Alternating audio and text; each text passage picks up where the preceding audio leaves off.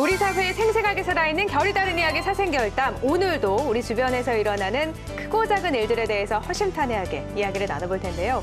비상대책회의에 소집된 위원 소개해드리겠습니다. 이상호 박사 자리했습니다. 안녕하세요. 네, 안녕하세요. 임미애 도의원 함께합니다. 안녕하세요. 안녕하세요. 김성진 의원 나오셨습니다. 안녕하세요. 안녕하세요. 천윤길 기자 오늘도 함께합니다. 안녕하세요. 네, 안녕하세요. 네, 3월이 되고 봄이 됐어요. 어떻게 봄을 좀 만끽하고 계시나요? 봄을 입었습니다. 그래서 여쭤봤습니다. 아니, 봄이 되면 이제 뭐 본격적으로 저희들은 사업을 시작해야 되니까 이제 바빠진다는 느낌들이 좀 있고, 예, 그렇네요. 아니, 학자가 사업을 시작해야 된다 그러면 헷갈려요. 예, 뭐 여러 가지 그 연구 사업도 해야 되고 또 회사 다니니까 회사 일도 해야 되고 그렇죠. 봄이 되니까 제보가 참 많이 들어오는 것 같아요. 네. 네, 특히 한 선거를 앞두고 이 선거를 놓고 저 사람이 나쁜 놈이다. 또 반대쪽에서는 저 사람이 진짜 나쁜 놈이다. 이 제보가 많이 들어와서 많이 헷갈리는 중입니다. 그래서 오늘 주제도 이 선거와 관련돼서 이야기를 나눠볼 텐데요. 3당 1학이라는 말이 있습니다. 3억 원을 쓰면 당선이 되고 2억 원을 쓰면 떨어진다는 말인데요. 2015년 3월 11일 치러진 전국 동시조합장 선거에서 나온 말이죠. 뭐 조합장 선거가 돈 선거가 된 걸 비판하는 말인데요. 현재는 좀 나아졌을까요? 오늘 이 시간에는 각종 비리로 얼룩진 농협의 현실과 또 곧 있을 조합장 선거에 대해서 결이 다른 이야기 나눠보도록 하겠습니다. 요즘 이 문제를 다뤄달라는 목소리가 굉장히 커지고 있어요. 상주 원예 농협 사건이죠. 선진지 견학의 묻지마 관광. 버스에 타면서 1대1로 이렇게 짝짓기가 이루어진 거죠. 그래서 미팅을 했나요? 하셨나? 조합원을 대신해서 일을 잘 해달라고 뽑아준 사람들 때문에 농협이 피해를 보고 거기에 있는 조합원들이 피해를 본다. 도대체 조합장이 뭐길래 그렇게 하려고 하고. 일단 이 두 분의 도의원들보다 연봉이 많고요. 그렇고 네, 임기도 보장돼 있을 뿐만 아니라 이 권한 자체가 막강하기 때문에 일단 당선되고 보자. 그러고 나서는 내가 칼자루를 쥐고 흔들겠다. 지금 언론은 다 5당 4락이라고 얘기하거든요. 그러니까 5억은 있어야 당선이 된다고 하니까 조합원의 대부분이 아주 노령자예요. 뭐 지방 소멸 그러는데 농협 소멸도 면단위 그렇죠. 농협은 네. 얼마 안 남았어요. 결국은 농협을 농협답게 만드는 거는요. 깨어있는 조합원들에 의해서만 이게 가능해요. 그건 것 같아요. 네. 조합원들이 먼저 깨어있으면 이런 돈 선거도 그렇지 않겠죠. 네, 그럼 먼저 이 농협 비리와 조합장 선거에 대한 임 의원님의 결담 듣고 이야기 나눠볼까요? 메비우스 띠에 갇힌 농협.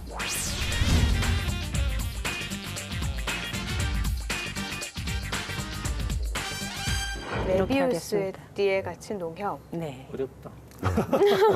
이게 메비우스 띠라는 게 직사각형을 한번 꽈서 붙여놓으면 꼬여 있기 때문에 시작을 해서 가기는 간데 결과는 제자리잖아요. 무한 루프를 돌아요. 저는 이 농협의 문제가 딱 그 메비우스 띠에 갇힌 꼴이다라는 생각을 하게 됩니다. 농업의 문제는 농협의 개혁이 거의 대부분을 차지한다라는 얘기가 있습니다. 그런데 실제로 이 조합장 선거를 농협 조합원들에게 돌려줘야 된다는 취지에서 직선제도 도입이 되었고, 그래서 이번에 동시 조합장 선거로는 두 번째인데 여전히 그 비리나 운영 과정에서의 비리, 그다음에 그 선거 과정에서의 비리 문제는 없어지지 않거든요. 어디에서 이 문제가 비롯됐을까 우리가 이번 시간에 한번 좀 고민을 해봐야 될 텐데요. 이게 무한 루프를 돌고 있는 문제처럼 여겨집니다. 그래서 요즘 이 문제를 다뤄달라는 목소리가 굉장히 커지고 있어요. 상주 원예 농협 사건이죠. 선진지 견학의 묻지마 네네. 관광. 어떻게 된 일인지 한번 설명을 좀 쭉 해주세요. 저도 전화를 받았어요. 네. 이 사생결담이 인기가 있긴 있나 봐요. 그러니까 다뤄달라고요? 예, 이 전화를 걸어서 조합장 선거를 코앞에 두고 있는데 왜 사생결담이 이 조합장 선거와 관련된 문제를 다루지 않냐. 특히 상주 원예농협에 대한 이야기를 좀 다뤄달라는 얘기를 하시더라고요. 이 상주 원예농협 사건은요. 조합장을 비롯한 임원 한 10명이 2016년 8월 그리고 2017년 7월 달에 그 선진지 견학을 간다라는 그 목적을 가지고 견학을 갔는데 가는 도중에 대구에서 그 신원을 알 수 없는 여성들을 한 10명 정도 태워서 같이 동행을 했고요.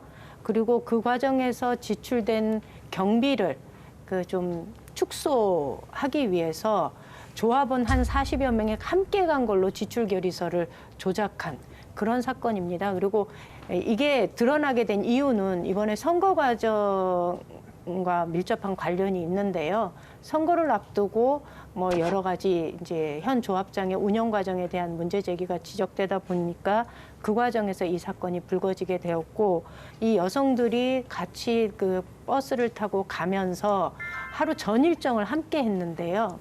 이미 알고 있었다는 거예요. 10여 명의 임원들이 이 차에 누가 타고 갈 것이고 가서 어떤 일들이 있을 거라는 걸 이미 다들 알고 있는 상태에서 견학을 갔다는 거죠. 네. 예, 그래서 도덕적으로도 지금 조합 운영과 관련돼서 심각한 해태가 벌어진 건 아닌가라는 생각을 합니다. 그럼 그 여성분들이 어떤 분들이에요? 그러니까 여성 접대원은 아니라 그래요. 네. 알 수 없다 그러니까 네. 누구를 통해서 이게 이 여성들이 이렇게 매칭이 됐냐라고 물어보니까 아마 관광버스 기사를 통해서 아마 되었다라고 얘기를 하는데 직업 여성들은 아닌 것 같고요. 네. 버스에 타면서 1대1로 이렇게 짝짓기가 이루어진 거죠. 거기서 그리고 미팅을 미팅을 했나요? 하셨나? 그렇죠. 이렇게 소지품 꺼내놓고 아마 그런 과정을 거쳐서 함께 선진지 여행을 한것 견학하는 같아요. 김에 미팅도 함께 하셨나 보다. 아니, 근데 제가 사실 이거를 조금 더 노골적으로 말씀드리기가 참 곤란한 거예요. 이게 공중파에서 이걸 제보를 준 분의 기사를 쭉 보면 이 정도까지 이루어졌나라는 생각이 드는데 제가 이 자리에서 그걸 다 노골적으로 이야기하자니 제 입이 좀 민망해져서. 노골적으로 좀 이야기하셔도 해주셔야 될 것 됩니다. 같아요. 네. 입은 민망하지만 듣는 귀는 저희도 알 건 알아야 되지 않겠습니까? 통상적으로 이렇게 선진지 견학 이러면 견학과 거기에 친목, 도모, 또 화학, 또 한편으로는 같이 조금 하루 즐기고 오자 이런 의미를 동시에 다 품고 있어요. 상주 원예농협 같은 경우는 굉장히 좀 심한 경우죠. 왜 심하다고 이야기하느냐. 조합장과 이사와 감사가 다 참여하는 거예요. 근데 감사는 선출을 할 때 대의원 총회에서 뽑는 정말 감사의 역할을 해야 되는데 집행부와 똑같이 이제 짬짬이가 됐다는 거죠. 모르긴 해도 아마 가기 전에 우리 이렇게 간다고 공지가 다 됐을 거예요. 정말 있을 수 없는 일들인데 또 이것이 또 시시해 오다가 선거 때가 되니까 누군가가 하나의 어떤 폭로를 하는 그런 상황이죠. 여태까지 네. 쉬쉬하고 이게 묻혀져 있던 것도 저는 이해가 잘 되지 않지만 이 선진지 견학이라는 게 기준도 있을 건데 이런 일이 반복해서 일어나는 거잖아요. 네, 이게 아까 임 의원님이 입에 참아 담고 싶지 않았다라고 그럼 해서 대신 담아주시는 예, 건가요? 대신 좀 제가 담아줘야 될 것 같은데 일단 누군지 알고 갔다는 거는 사실이 아닌 것 같고요. 왜냐하면 미팅을 하게 될 여성이 누구인지 알고 미팅을 하지나 하는 거죠. 그렇죠. 그러니까 아니 낯선 여성들이 탈 그렇죠. 거라는 걸 예, 알고 갔다. 그 사실은 알고 간 거였고 이 문제점이 조합장과 이사와 감사 임원들이 함께 갔기 때문에 이걸 감시할 사람이 아무도 없는 거예요. 제가 2017년 그리고 2016년에 상주 원예농협의 그 경영정보 공시나 이런 자료들 살펴보니까 선진지 견학으로 지출한 비용은 나와 있어요. 그렇지만 어디를 갔고 여기서 무엇을 했는지를 일반 조합원들한테 이걸 세세하게 공개하고 있지는 않는 거죠. 여기서 문제가 한 가지 벌어졌다고 보고요. 또 한 가지는 조합의 임원들이 다 남성들이었습니다. 이 농협과 이 조합이 그 구조적으로 가지고 있는 문제. 그러니까 남성들 위주로 이 조합 임원들이 꾸려지다 보니까 여성들과 관광을 가는 즉 일종의 미팅을 하는 게 마치 조합 임원들 사이에서는 당연하고 시시할 수 있는 이야기가 되어버린 거죠. 이 두 가지 문제를 좀 이번 사건을 통해서 확인할 수 있지 않았나 싶습니다. 그러니까 지금 이 문제 저도 이게 꼭 밝히고 넘어가고 싶은데요. 사실 이게 한 번 간 게 아니에요. 계속 갔어요. 2018년도에는 어떤 이유에서인지 가지는 않았지만 16년도, 17년도 계속 갔거든요. 그러니까 단 2번 갔다는 얘기가 아니에요. 이번 그전에도 이미 그러한 관행들이 있었다라고 우리가 미루어 짐작할 수 있는 거예요. 그런데 천 의원님 지금 얘기하신 것처럼 상주 원예농협의 경우 정관을 보면은요, 85명의 대의원을 두게 되어 있어요. 그런데 그 중에 단 7명을 여성 대의원을 뽑을 수 있어요.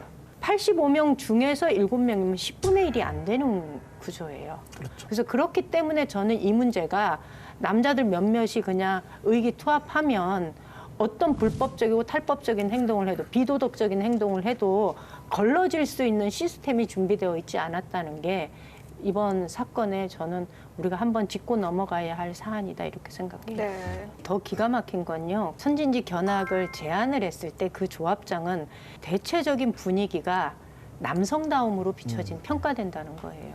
화끈함, 남성다움 이걸로 평가되는 게 조합의 분위기라는 거죠. 말하자면 조합장이 참 잘하네 이렇게 인식된다는 거죠. 우리 미팅도 시켜주고 참 잘하네 이거예요.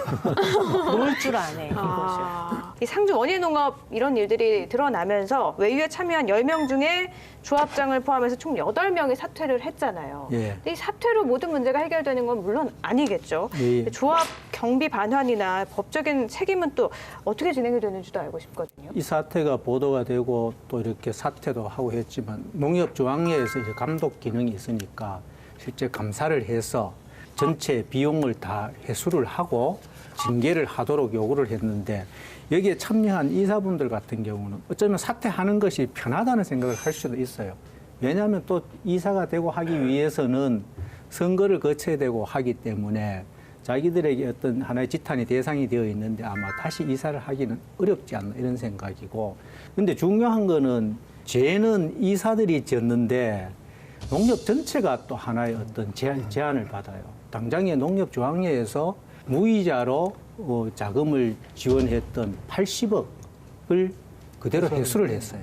또 앞으로 일정 기간 동안은 무이자 자금을 지원받을 수가 없고 또 이렇게 농협을 확장하기 위해서 점포를 개설하거나 이런 일들도 당분간은 다 제한을 되니까 결국은 조합원을 대신해서 일을 잘 해달라고 뽑아준 사람들 때문에 농협이 피해를 보고 거기에는 조합원들이 피해를 본다. 이런 결과를 빚은 거죠. 그 무이자 자금을 받지 못하는 건 굉장히 커요. 예, 조합원들 크죠. 입장에서 타격이 큰 거예요. 그게. 그럼 이렇게 큰 피해를 입혔는데 사퇴로만 끝날 순 없는 건데 이후는 어떻게 되는 건가요? 이 부분을 두고 반환이 되고 이러면은 막 법적 조치도 그렇게 가능한 상황은 아니다 이렇게 판단이 네, 돼요. 이 부분은 저도 검토를 해봤는데요. 이 조합원들이 결국 피해를 입게 되잖아요. 네. 그러니까 이사와 감사로 인해서. 그러면 이 조합원들이 조합장과 이사 감사를 업무상 배임 행위로 좀 고발을 해서 고소 고발을 진행하면 처벌 가능한 수준이 아닌가. 그리고 손해배상도 청구할 수 있지 않을까. 농협이 결국 조합원들이 주인이라면 조합원들이 그 원론적인 얘기 같지만 나서서 조합장과 그리고 이사 감사들의 문제를 따지고 법적으로도 제기를 해야지 조합원들의 피해가 줄어들 수 있지 않을까 싶습니다. 근데 이게 쉽겠냐는 거죠. 그렇죠. 쉽지는 않을 것 아니, 같긴 한데. 그러니까 이게요. 조합원들의 구성을 보면은 실제로 그 내부에서 어떤 문제가 정말 골마서 터졌다 하더라도 이것을 그 내에서 해결할 수 있는 능력이 제가 볼 땐 그렇게 많지가 않아요. 네, 문제는 끊임없이 제기되는데 이렇게 해결 방법은 너무 힘들어 보이니까 정말 뭔가 빨리 대책이 나와야 될 것 같은데 또 문제가 더 있어요. 이 사퇴하지 않은 10명 가운데 8명이 사퇴를 했고 2명은 사퇴를 하지 않았잖아요. 그런데 이 또 공석이 된 나왔어요? 이감사 선거 제출마를 선택을 했습니다. 이거 어떻게 봐야 될까요? 그 사람이 윤리적으로 잘못됐을 때 법이 처벌하지 않더라도 적어도 윤리적으로 그 사람을 문제 삼고 또 윤리적인 문제가 실제로 어떤 시스템에 영향을 미칠 수 있도록 좀 만드는 이런 어떤 계기들은 굉장히 좀 필요할 것 같다는 생각이고요. 그 이전에 사실 정말 중요한 건 부끄러우면 안 나와야죠. 그걸. 예를 들자면 출마를 하겠다는 건 당선될 자신이 있다는 것인데 그건 한편으로 조합원들의 도덕성을 아주 우습게 평가하고 있는 거죠. 우리 경북 북부 지역에서 이 문제가 계속 터지는 거예요. 우리 사회가 이 굉장히 권위적이라는 거예요. 다른 어떤 것보다. 그리고 특히 이 농협의 문제는요. 이 농촌 사회가 안고 있는 고령화의 문제를 그대로 가지고 있는 곳이에요. 그러니까 그 인구 구성원들이 변하지 않고 농협에 축소되어 있거든요. 농협이 굉장히 고령화되어 있어요. 새로운 물이 들어올 수 있는 구조가 아니에요. 들어와도요. 대의원 되기도 어렵고 임원 되긴 더 어려워요. 왜?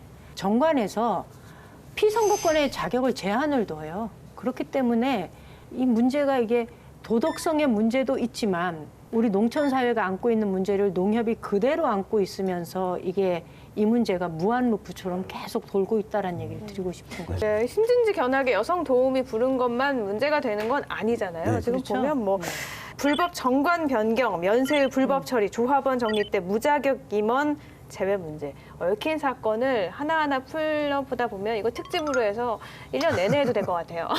근데 그 문제는 상주 원예농협만 뿐만은 문제가 아니죠. 네. 근데 왜 이렇게 계속 반복되고 끊임없이 나타나는 걸까요?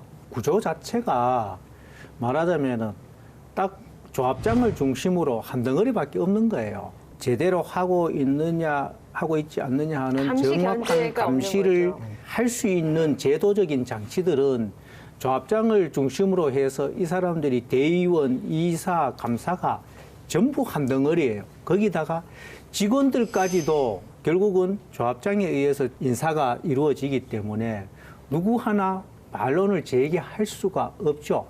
그런데 이렇게 그릇된 일들이 암암리에 이야기가 되긴 되죠. 되는데 평상시에는 가만히 입 다물고 있어요.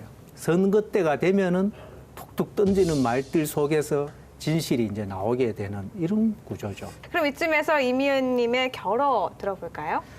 그 메비우스 띠는요. 그 안에 갇혀 있으면 거기를 벗어나는 방법은 하나예요. 띠를 잘라야 돼요. 띠를 잘라야 우리가 한 걸음 한 걸음 앞으로 나아갈 수 있습니다. 안 그러면 지금 상황에서는 농협은 방법이 없어요. 그 자르는 가위가 사생결단이 좀 되면 좋겠네요. 네, 계속해서 농협 비리와 조합장 선거에 대한 김 의원님의 결단 들어볼까요? 저는 정말 이 일련의 사태들을 쭉 보면서 진작에 좀 잘하지 이런 생각을 합니다.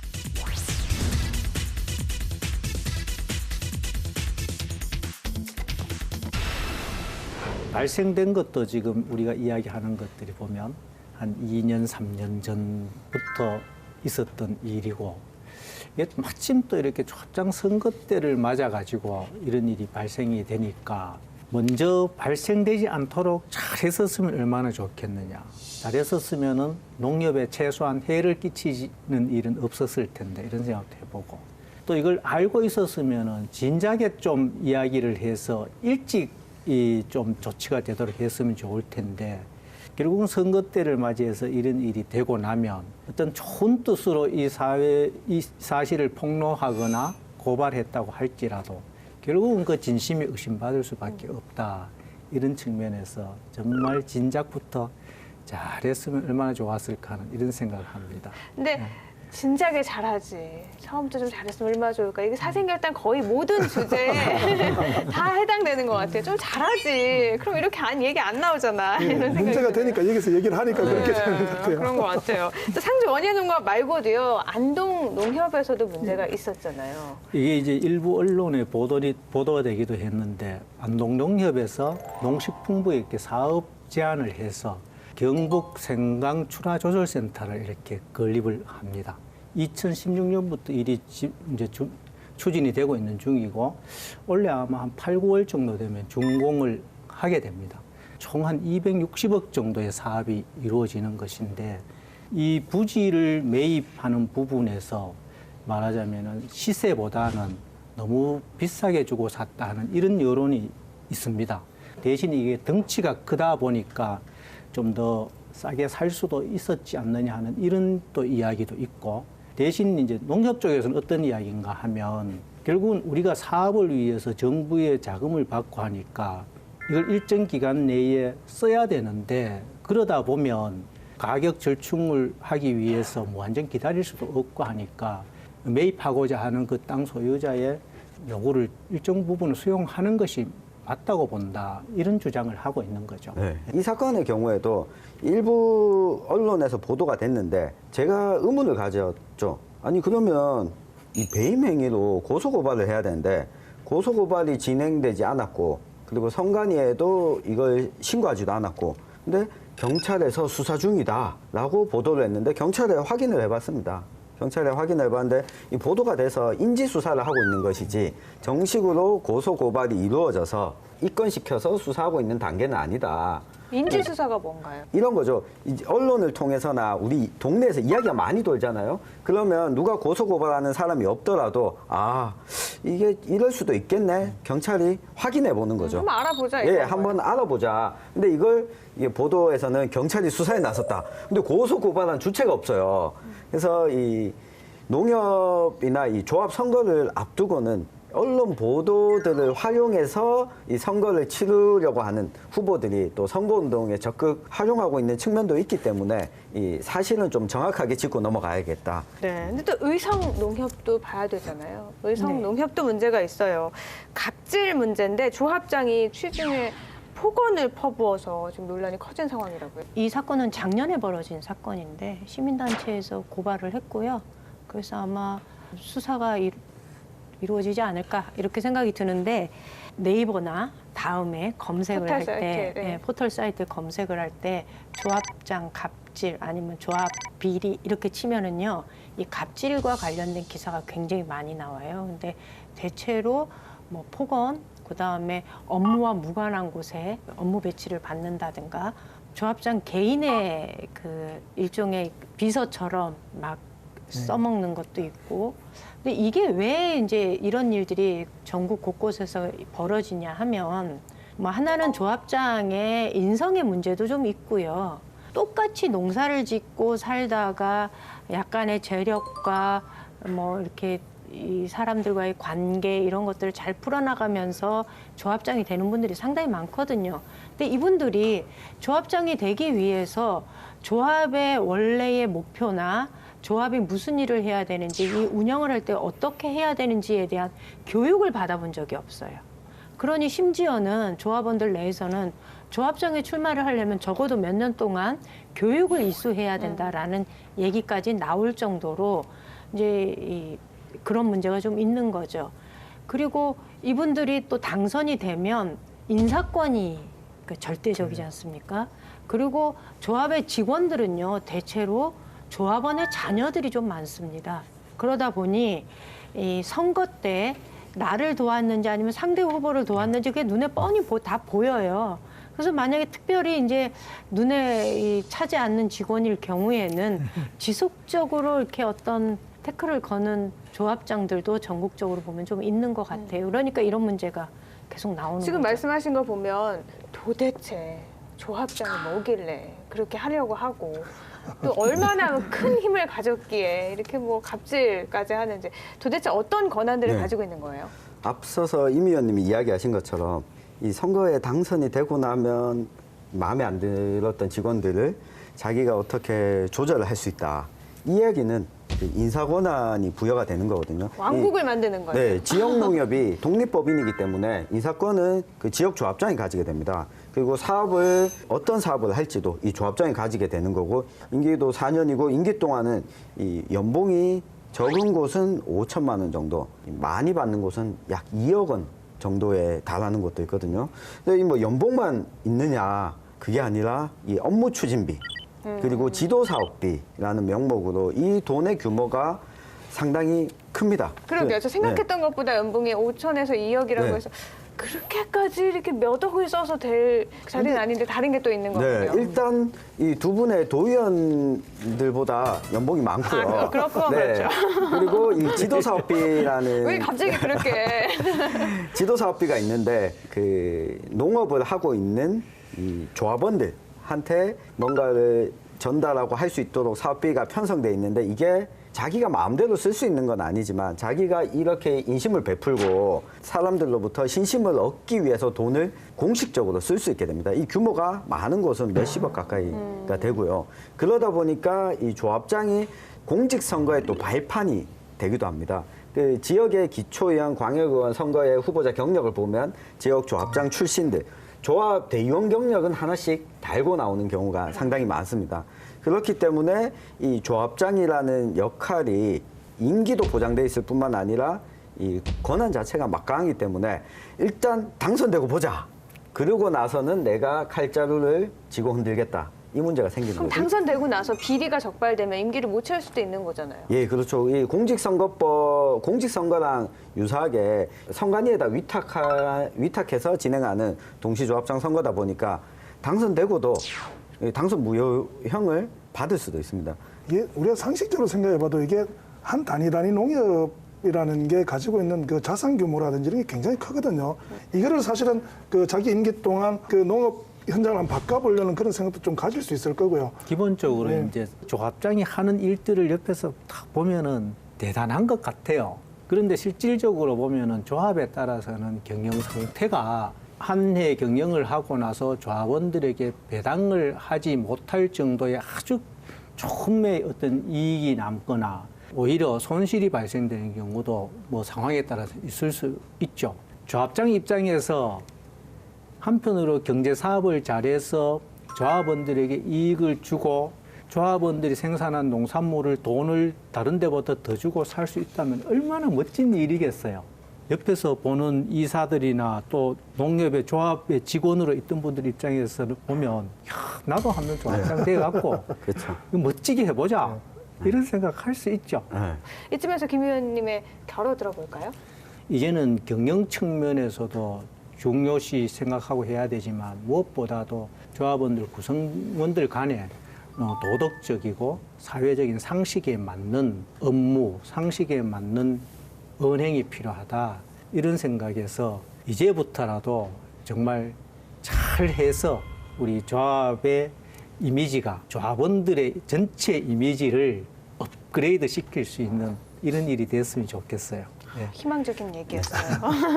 농협 비리와 조합장 선거에 대한 이 위원님의 결담 들어볼까요? 예, 제 결담은 인정도 불법이다.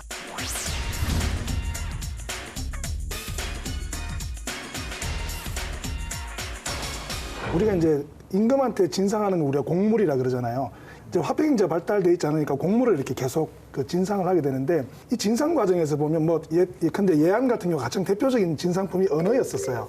그러면 언어 아니고 언어. 예, 제가 발음 잘 안 됩니다. 근데 이 언어를 가지고 가면 당연히 이제 받는 쪽에서는 일정 정도의 그 기준을 가지고 보겠죠. 그래서 뭐 굵기도 어느 정도 돼야 되고 길이도 어느 정도 돼야 되고 이런 품질 검사를 하게 되는데 이 품질 검사가 굉장히 까다롭거나 그렇지 않거나 하는 경우가 많이 발생하는 거예요. 그래서 대부분 진상할 때 보면 진상품 따로 그다음에 인정을 따로 만들어요. 그게 이제 뭐냐면 그 공물을 검사하는 사람에게 대한 뇌물이죠. 그래서 이제 그렇게 드리면 그 다음부터 이제 갑자기 이렇게 굉장히 좀 수월해지는데 이게 굉장히 좀 심했었어요. 조선시대 전체적으로. 그래서 어떻게 보면 우리가 이제 선거에서 인정 이 부분은 원래 인정이라는 의미가 좀 불법적인 뇌물이라는 생각을 좀 가지고 좀 봐야 될 필요가 있고요. 그 인정이라는 말 자체가 사실은 좀 불법이다라는 생각을 가지고 이 선거에 임해야 사실은 정말 좋은 조합장을 뽑을 수 있지 않나 이런 생각이 좀 들어요. 좋은 말이 알겠습니다. 아니었네요. 아까 그 3당 2락이라고 하셨는데 사실 지금 언론은 다 5당 4락이라고 얘기하거든요. 그러니까 5억인가요? 5억은 있어야 당선이 된다고 하니까 사실 그게 그럴 수밖에 없는 구조가 이제 문화적으로 좀 척결될 필요가 있는 부분인 거죠. 네, 이렇게 조합 얘기할 때 억 단위, 천 단위, 조까지 지금 나오잖아요. 그래서 봤을 때 거대 공룡이라고도 불리는데 농협이 처음 만들어졌을 때는 이렇게 비리도 많지 않았을 거고 분명 설립되는 목적, 취지가 있었을 텐데 왜 설립이 된 건가요? 한국의 조합 설립 과정은 관에서 혹은 국가에서 강제한 경향이 있어서 일반적인 우리가 그 협동조합이라는 개념하고 조금 차이가 좀 있어요. 근데 이 국제협동조합연맹에서 이렇게 일종의 협동조합이나 이런 거다라고 정의하는 것들이 사실 우리가 이제 협동조합의 보편적 개념으로 이제 학자들도 그렇고 일반적으로 받아들이는데 협동조합이라는 것은 첫 번째 공동으로 소유되어서 민주적으로 운영되는 사업체, 두 번째는 공동의 경제, 사회, 문화적 필요와 욕구를 충족시키려는 사람들에 의해서, 세 번째 자발적으로 결성한 자체적인 협동 조직. 이게 이제 사실 우리의 협동조합이거든요. 지금 그러면 우리가 이제 농협이라는 게 그런지 안 그런지를 조금 생각을 해봐야 되는 거죠. 근데 그 우리나라 협동조합의 지금 현재 모습을 갖추게 된 거는 그 1961년, 그러니까 그 당시에 이제 그 박정희 장군이었죠. 이게 국가재건위원회 위원장이 농업을 정책적으로 지원하는 어떤 틀을 만들면서 하나의 어떤 그 법률로서 이렇게 만들면서 지금까지 이렇게 그 특별법에서 만들어졌는데 그 엄밀하게 말씀을 좀 드리면 그 정치인들 입장에서 보면 농민들의 표가 필요하고요. 농민들을 대상으로 해서 어떤 정책적 자금이 내려가는 방법을 사실 농협을 통해서 지금까지 거의 그러다 보니까 모든 농업 관련 정책 자금에 대한 독점권을 사실 농협이 지금까지 행사를 해왔었고 그러다 보니까 사실 그 중간에서 농협이 이렇게 거대 공룡으로 좀 커지게 되고 이게 정말로 조합원들에서 제대로 결성된 조직 같으면 조합원들의 이득으로 이렇게 눈을 돌려야 되는데 이게 자꾸 어떤 정권을 이렇게 바라보면서 지금까지 해왔던 그런 어떤 구조적 모순점을 좀 가지고 있는 것 같아요. 그래서 우리나라 농협이 처음부터 그렇게 만들어져 왔다 하더라도 지금 어떻게 갈 건가 하는 문제는 국제협동조합연맹에서 밝히고 있는 적어도 이 취지와 정의에 좀 맞았으면 하는 생각이 좀 있어요. 네. 또 워낙에 큰 특권이 따라오기 때문에 이 조합장에 그렇게 사활에 걸지 않나 네. 싶은데 동시 조합장 선거가 이제 정말 얼마 남지 않았잖아요. 이때가 되면 불법 선거 운동이 완전 판해지고 있는데 직접 취재를 하시니까요. 네. 어느 정도인가요? 이게 제가 제보를 참 많이 받고 있어서 이 확인을 한번 해봤습니다. 이 경상북도 선거관리위원회에 2월 20일 기준으로 확인을 해보니까 선관위에서 고발한 건수가 11건, 그리고 경고가 16건이었습니다. 몇 가지 사례를 좀 말씀드릴게요. 대부분 금품 제공 혐의였습니다. 이 조합장 선거는 조합원만 대상으로 하기 때문에 직접 만나서 선거운동을 해야 되는 거죠. 그러다 보니까 좀 유혹을 받기가 또 쉬운 것도 사실이죠. 2월 19일 날 구미에서는 적발된 게 5만 원 초과의 축의금과 부의금을 또 조합원에게 낸 거죠. 그리고 앞서서 경주 선관위에서는 조합원에게 조합장이 이 운영 의결을 거치지 않고 농산물을 건넨 거죠. 예. 지역 농협의 사업으로 결정된 게 아니라 조합장 개인이 이렇게 준 거고. 인정이 너무 많았네. 예. 그리고 이 1월 31일에는 이 성주 선관위에서 금품 제공 혐의로 또 고발이 됐는데 이 지역에서는 또 특이한 사례도 하나 나왔어요. 2월 20일 날 선관위에서 고발 조치를 했는데 허위 사실 유포 혐의였습니다. 근데 내용이 뭐냐면 이 상대방 후보에 대한 비방 내용이 담긴 걸 언론사에 제보를 해서 기사화 되도록 하고 이 기사가 나온 신문을 가지고 본인이 돌린 거죠. 그러니까 이 허위 사실이라는 걸 확인을 했고 정말 발로 뛰셨네요. 네. 선관위에서 이걸 고발 조치했는데 아마도 지금 조합장 선거가 다가오면 다가올수록 그리고 선거 끝난 시점까지도 불법 조치는 더 늘어날 것 같습니다. 그래서 눈에는 눈, 이에는 이라고 네. 봐도 될 것 같아요. 신고 포상금이 1억 원에서 최고 3억 원으로 지금 올라갔잖아요. 이게 좀 실효성이 있을까요? 저는 별로 실효성이 없을 거라고 봅니다. 왜죠? 그래도 1억 원에서 3억 원으로 이게요, 조합장 선거가 불법 탈법 선거, 돈 선거가 되는 이유는 정해져 있어요. 아까 천 의원님 얘기한 것처럼 저희 의성의 예를 들게요. 의성은 국민이 5만 3천이에요. 전체 일반 선거에서 유권자를 치면 4만이 넘어요. 네. 장터를 가든 길거리를 가든 어디를 가든 19세 이상이면 누구나 유권자를 만날 수가 있어요. 그런데 그 5만 3천 명의 인구 중에 축협, 제가 조합원이니까 축협의 조합원들은요 1,020명이에요. 그러면 5만 3천 명 중에서 1,020명을 찾아서 선거운동을 해야 되는 거예요. 조합원 명부를 그러면 누구나 후보자가 가질 수 있냐? 아니에요. 그러니 내가 만약에 조합장이 되고 싶어 선거를 나가겠다고 결심을 하는 순간 내가 고민해야 될 게 내가 이 축협을 얼마나 잘 운영할 것인가, 어떤 정책을 만들 것인가, 어떻게 할 것인가, 이걸 고민하는 게 아니에요. 조합원 명부를 어떻게 구해야 될까? 이게 가장 첫 번째 그렇겠네요. 고민인 거죠. 그래서 조합원 명부를 이거 개인정보 사항이어서 공개가 안 되거든요. 나중에 어찌어찌해서 구했다 하더라도 저희 지금 후보로 나온 분한테 제가 물어봤어요. 명부를 어떻게 구했냐 그랬더니 명부를 구한 게 아니라 이름과 조합원 가입 날짜와 주소만 알았다는 거예요. 전화가 없어요. 그리고 전화를 하는 것도 불법이에요. 그렇기 때문에 결국은 이 조합원을 만나려 그러면 동네마다 앞잡이를 세워야 되는 거죠. 그 동네에 누가 조합원인지를 가장 잘 알고 있는 면책을 세워야 되고 동책을 세워야 되는 거예요. 그래서 그 면책을 통해서 그 동네에 들어갔어요. 근데 그 사람은 조합원을 만났을 때 오래 그 방에 머물 수가 없어요. 그럼 가장 효과적이고 빠른 시간 내에 그 사람의 마음을 살 수 있는 방법이 뭐겠어요? 돈을 쥐어주는 거죠. 그러니까 이게 현 조합원, 그러니까 조합 선거에서가 불법으로 이루어질 수 있는 가장 첫 번째 이유인 거예요. 거기다가 신인은요, 예비 후보자 단계가 있는 것도 아니에요. 그리고 지금 모든 선거운동이 불법으로 이렇게 금지되어 있어요. 선거운동을 할 수 있는 사람은 딱 본인뿐이에요. 가족도 못해요. 그런데 지금 이게 또 불공정 경쟁인 게 현 조합장은 보통 1월 달에, 2월 달에 작년에 조합을 경영한 실적을 운영 공개를 해요. 운영 공개를 하면서 마을마다 찾아다니면서 자신이 어떻게 그동안 4년 동안 사업을 했는지를 성과를 자랑하는데 출마를 하고자 하는 예비 후보자는 그런 자리를 가질 수가 없는 거예요. 그러니까 불공정 경쟁인 이런 거죠. 거죠. 예를 들어 신고 포상금이 1억에서 3억으로 올랐다고 해서 금권 선거가 사라지고 돈을 받았으면은 양심 선언하고 신고를 하느냐? 그렇지. 그런 경우는 잘 없어요. 대신 이런 거죠. 받았어. 받았는데 이게 탄로날 것 같아. 도저히 그 나중에 내인데 부과될 50배 정도의 과태료를 감당할 자신이 없어. 그러면 밤잠을 새우다가 어느 날 미리 돌려줘요? 받았다고 신고를 하는 경우들이 있을 수 있어요. 또 아니면은 후보자들 간의 경쟁이 강해지면은 처음에는 양쪽에 서로 도와주는 사람들끼리 상대로부터 몇 푼 받았다고 하더라도 가만히 있다가 점점 강해지면은 이게 폭로를 하는 경우가 있죠.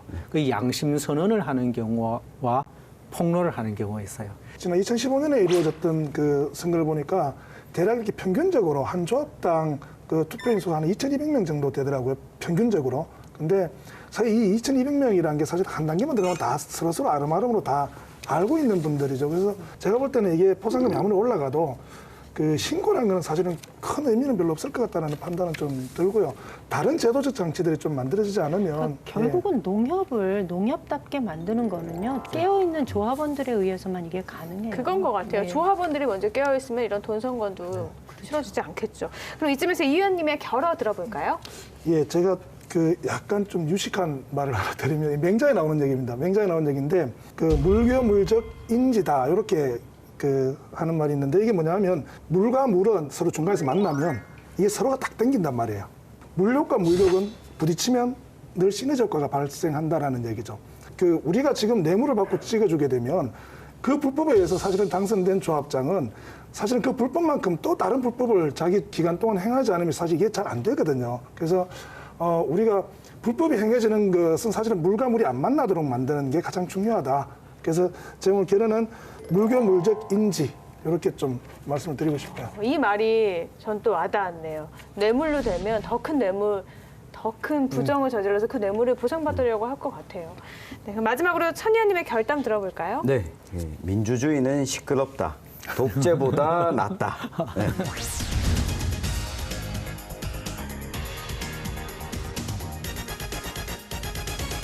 공직선거에 대한 기준 자체가 시민들의 눈 자체가 높아졌기 때문에 조합선거에서도 이제는 우리가 국회의원 선거, 대통령 선거, 지방선거까지 어느 정도 자리를 잡았는데 마지막 하나 남은 게 조합장 선거다.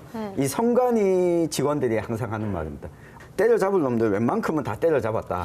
네, 이제 조합장 선거만 하면 우리가 그래도 하는 업무에 기본은 했다고 볼 수 있다. 이런 이야기를 하거든요. 그렇기 때문에 이렇게 시끄러운 게 문제 해결하는데 저는 결코 나쁜 일은 아니다. 이야기를 드리고 싶습니다. 조금 더 시끄러워야 되겠군요. 조합장 선거가 갖는 의미가 저는 굉장히 크다고 봤던 게요. 이게 몇 가지 이렇게 좀 책들을 보면서 굉장히 좀 재밌는 게 뭐냐면 지금과 한국의 농협이라는 게 일반적인 어떤 그 협동조합의 구성에서 굉장히 배치되는 것들이 많아요. 특히 이제 설립 독점권을 갖고 있기 때문에 기타의 다른 중앙회를 세울 수 있는 구조를 못 만들게 하고 있죠. 그리고 농업 정책 집행에 대한 독점권을 갖고 있어요. 그러다 보니까 이게 실제로 모든 문제는 다 어디로부터 이제 문제가 이제 가냐 하면 결국 농협중앙회가 가지고 있는 그 굉장히 비대한 권력으로 이렇게 권력이 모이게 되는데 지금 이 농협중앙회장을 누가 뽑냐면 결국은 이렇게 뽑힌 각 그 농협조합장들의 뽑아요. 뽑게 돼 있기 때문에 이분들이 똑바른 분들이 뽑히면 사실 농협중앙회도 똑바르게 돌아갈 수 있는 구조를 만들게 되거든요. 근데 여기가 제대로 안 되면 여기도 제대로 안 되는 문제가 발생하고 그거는 사실은 농협 전체가 굉장히 구조적인 어떤 그 문제를 계속 심할 수밖에 없는 구조를 갖기 때문에 사실은 좀 힘들더라도 바꾸긴 바꿔야 될 문제는 건 분명한 것 같아요. 네. 이 조합장 선거 제도에 대한 불만도 큽니다. 현 선거운동 방식이 네. 말씀하신 것처럼 기존 조합장이 재선출되기 너무 쉬운 구조라는 거죠. 그렇죠. 이걸 좀 바꿔야 되지 않을까요? 바꿔야죠. 이거 선거제도 바뀌어요. 선거법이 바뀌어야 되는데요. 이 법이 지금 행안위에 계류 중인 상태예요. 지금 그 위탁선거법으로 이 지금 조합장 선거가 관리가 되고 있는데요. 이 제도에 이 법에 의하면 아까 말씀드린 후보자 한 사람만 선거운동을 할 수 있어요. 그리고 지금 하고 있는 건 모두 다 불법인 거예요. 그런데 아까 말씀드린 대로 이 조합원과 후보자가 만날 수 있는 기회가 없어요. 그러니 정견을 들어볼 기회가 없는데 어떻게 좋은 조합장을 뽑을 수 있겠어요. 네. 그래서 먼저 조합원과 후보자가 만날 수 있는 그 공론의 장이 열려야 된다라는 것. 이걸 꼭 말씀드리고 싶고요. 또 하나는 현 조합장이 유리한 제도예요. 우리 지방선거의 경우에는 예비 후보자 제도가 있어서 선거인 명부도 받고 뭐 미리미리 이렇게 신인들이 유권자들한테 인사할 수 있는 기회가 있는데 지금 조합법에서는 그게 안 되거든요. 그러니까 조합장이 되고자 하는 경우에도 예비 후보 제도를 두어서 유권자들과 만날 수 있는 기회를 좀 주어야 된다라는 거고요. 또 하나는 초반에 말씀을 좀 드렸는데요. 피선거권을 제한하는 정관이 많아요. 그러니까 조합에 새로운 물이 들어와야 이게 조합이 좀 혁신이 이루어지는데 조합의 새로운 물은 지금 청년 농업인들이 그대로 좀 늘고 있거든요. 그리고 귀농인들로 이렇게 조합이 좀 많이 채워지고 있는데 이 사람들에 대한 피선거권이 제한되어 있습니다. 그러니까 평균 출자자를 넘어서는 것을 넘어서서 출자를 한 사람한테 그러니까 피선거권을 준다든가 이용고가 어느 정도 이상이 되어야 된다든가 그 예수금이 어느 정도 이상이 되어야 된다든가 이런 식으로 그 선거에 나갈 수 있는 자격을 제한을 하거든요. 다시 말하면 조합에 대한 충성도가 얼마인지를 확인하고 그 사람한테 선거에 출마할 수 있는 자격을 주고 있어요. 그런데 이거는 청년 농업인한테는 해당되지 않는 얘기예요. 대신 불가능한 조합이기 거예요. 때문에 제가 봤을 때는 일정 부분의 실적이라든가 출자라든가 또 조합 가입 연한은 제한하는 것은 저는 맞다고 봐요. 이 조합이기 때문에 이걸 하려고 하면 제가 봤을 때는 이 집행권을 갖고 있기 때문에 선거법상에서 누구든지 운동을 할 수 있도록 풀어주되 조합의 직원들은 말하자면은 일체 선거를 못 하도록 하고 조합장도 일정 기간 이전에 직을 내어놓고 그렇죠. 말하자면 직무 정지된 상태에서 선거 운동을 할 수 있도록 그런데요, 하는 잠깐만. 지금 그런 것 때문에 실제로 현직한테도 되게 유리하긴 하지만요. 조합 직원 출신들이 조합장에 당선되는 비율이 60%가 넘어요. 그러니까 이런 문제가 있다. 이게 그 재밌는 연구 결과가 있더라고요. 지난번에 2015년에 했던 그 전국 동시농협 그 조합장 선거의 당선 요인을 분석한 논문이 2017년도에 나왔는데요. 거기 보니까 이렇게 돼 있어요. 현직자의 당선 가능성은 49.9%야. 거의 한 50% 가까이 되는데 현직이 아닌 경우 당선 확률은 26.75% 정도밖에 안 되는 싸움이 거예요. 안 되네요. 그러다 보니까 실제로 2015년에 그 농협조합장 선거에서는 936명이 현직의 이제 조합장들이 나서서 선거를 했는데 그 중에 실제로 597명이 당선되어서 거의 그 63.8%가 당선이 다 되었죠. 그러니까 이거는 제가 볼 때는 이 데이터만 가지고 봐도 이건 빨리 바꿔야 되는 제도인 게 분명한 것 같아요. 그래서 저는 지금 이 농협조합장 선거와 관련돼서 법안이, 이 개정안이 정당을 가리지 않고 지금 발의가 계속 돼 있습니다. 뭐 자유한국당, 더불어민주당, 그리고 바른미래당까지 발의를 했는데 지금 국회 꼴을 보면 아마 이 법안이 통과되기는 그러니까 늦어도 2월달에 통과되지 않겠느냐 그랬는데 네. 이게 통과가 안 네, 되는 거죠. 어려울 것 같고 그래서 동시조합장 선거라는 협동조합 말고 이 선거 제도가 잘 치러지는 협동조합 모델을 한 두 가지 좀 떠올려 봤습니다. 한 개가 이 농협은 생산자 협동조합이잖아요. 근데 소비자 협동조합들이 지금 도시를 중심으로 활성화되고 있는데 여기 협동조합 선거를 하는 거 보면 이 조합원들이 기본적으로 총회를 열어서 정견 발표회를 하고 투표를 합니다. 그리고 사전에 선거운동을 하고 공약을 내세우는 거는 온라인 공간에 그 게시를 다 하고 조합원들한테 문자 메시지를 단체로 배포를 하고 같이 살펴볼 수 있도록 하고 있습니다. 이런 방식의 한 방식이 저는 좀 관심 있게 봤고요. 또 한 가지는 조합원이 아닌데도 불구하고 전 세계적으로 관심을 가지고 보는 협동조합 선거가 하나가 있어요.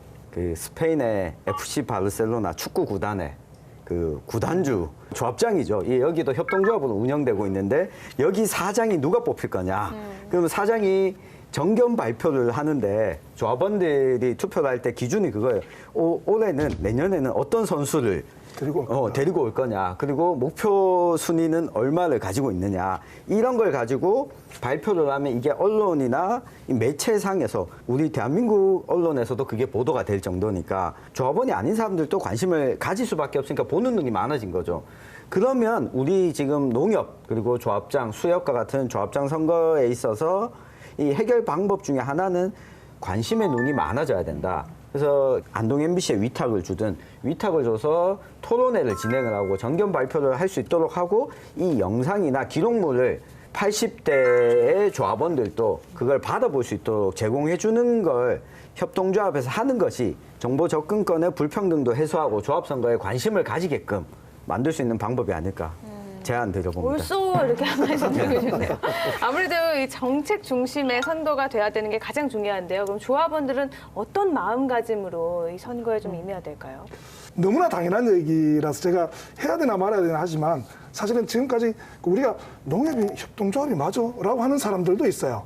그만큼 사실은 이게 우리가 이 농협에 대한 자기가 그 소유를 하고 있다는 사실 자체를 잘 모르시는 분들이 많은데 소유하고 있다면 이제 내 대신에 일할 사람을 누구를 뽑을지 하는 것들은 이제 눈이 좀 날카로워지겠죠. 그리고 그게 사실은 전체의 어떤 선거 문화를 좀 이끌고 가는 굉장히 중요한 기반이 되기 때문에 스스로 내가 농협을 소유하고 있다는 생각을 좀 갖게끔 하는 다양한 노력들 또 본인 스스로의 어떤 생각 이런 것들이 좀 필요하지 않나 싶어요. 네. 위탁 선거에 의해서 이렇게 조합장 선거들이 이루어지면서 공식적으로 이렇게 강력한 처벌 또 선관위 차원에서 어떤 감시 활동들이 많이 이루어지기 때문에 제가 봤을 때 조금씩 변화가 오지 싶어요. 오지 싶고 특히 이번에 안동은 이렇게 분위기를 보면 조합마다 굉장히 후보들이 많이 나왔어요. 많이 나와가지고 뭐 4대1, 5대1 정도 이렇게 되는 상황인데도 아직까지 그렇게 큰 뭐 금전 선거가 들리거나 그런 분위기가 보이거나 하지 않으니까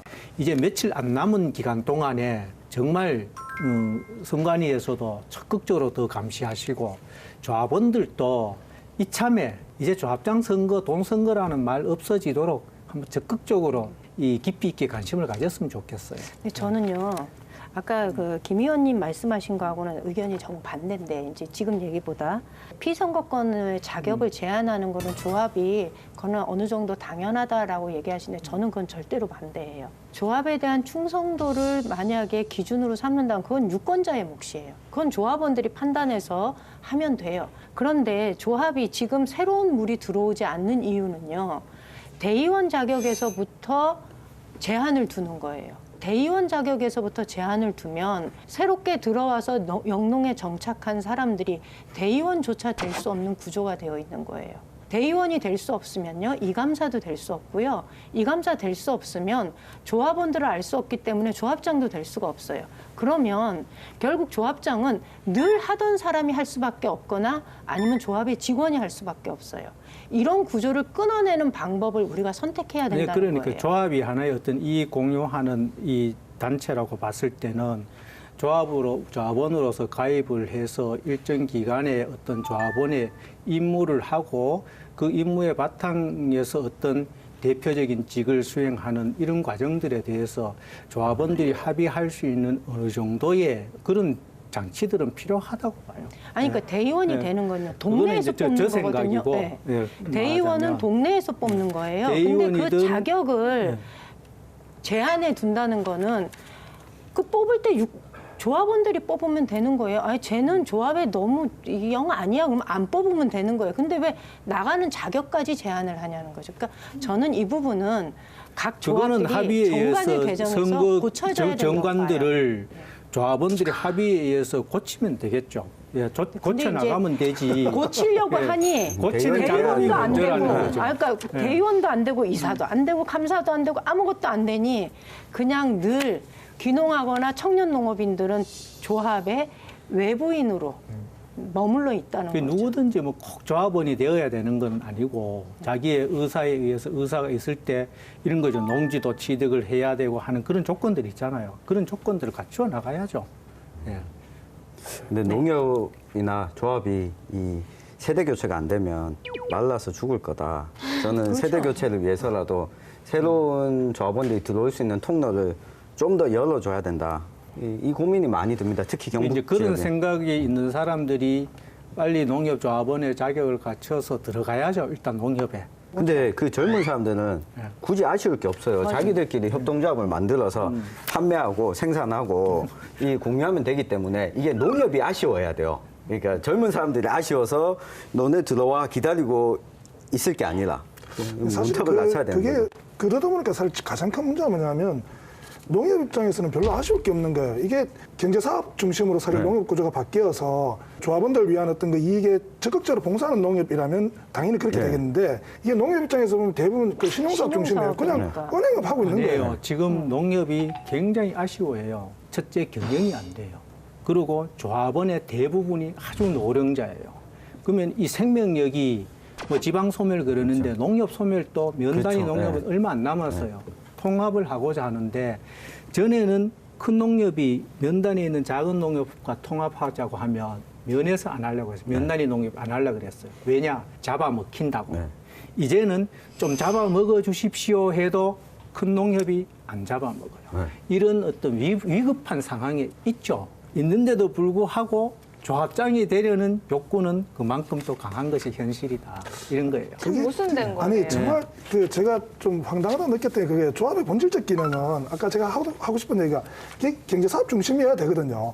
근데 보면 그 2015년 연구된가 보면 그 전체 조합에서 평균적으로 각 조합당 그 한 22억 정도의 신용사업에서 이익을 거두어요.